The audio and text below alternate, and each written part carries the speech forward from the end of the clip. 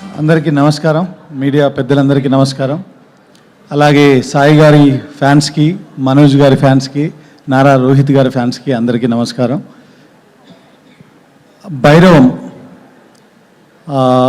తమిళ్లో సినిమా రాధమోహన్ గారు ఒకసారి ఆయన చేయాలనుకున్నప్పుడు పెన్ డ్రైవ్ ఇచ్చి ఈ cinema చూడమన్నారు.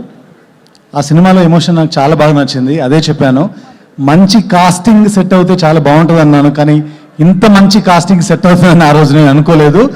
All the very best. మీరు చిన్న వయసులోనే చాలా పెద్ద సక్సెస్లు చూశారు ముగ్గురు. తర్వాత అన్నీ తట్టుకొని నిలబడ్డారు, ఇంకా యుద్ధం చేస్తున్నారు. మీలో నాకు ఎప్పుడు చూసినా ఏదో ఒక ఫోర్స్ కనబడుతుంది. మీ ముగ్గురిని నేను కొన్ని క్లిప్స్ చూశాను. ఒక ఫ్రేమ్లో చూస్తుంటే ఒక వైబ్రెన్స్, ఒక తెలియని ఏదో ఫోర్స్ కనబడుతూ ఉంది.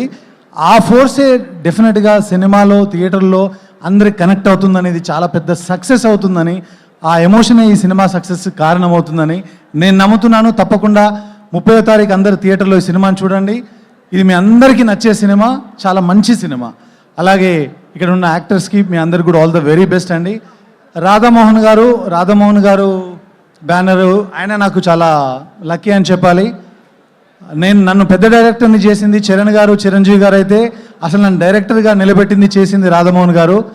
ఆయన చాలా లక్కీ బ్యానర్ నాకు.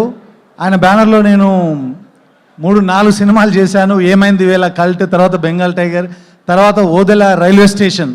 అది ఏకంగా ఫ్రాంచైజీలే తయారైపోయింది. సో అంత మంచి సినిమాలు నాతో చేసిన రాధా గారు మళ్ళీ ఇప్పుడు భోగి అనే సినిమా చేస్తున్నారు. తప్పకుండా అది కూడా ఒక మంచి సినిమా అవ్వాలని కోరుకుంటున్నాను. Thank you so much. All the very best to everyone. Thank you. Thank you so much Sampath Nandi garu. And looking forward for Bhogi. మరి భోగి టైంలో వస్తుందా లేకపోతే ముందే వస్తుందా అని మేము వెయిటింగ్లో ఉన్నాము. మీరు తర్వాత అనౌన్స్మెంట్ చేయొచ్చు. మౌనిక గారి మాటలు మేము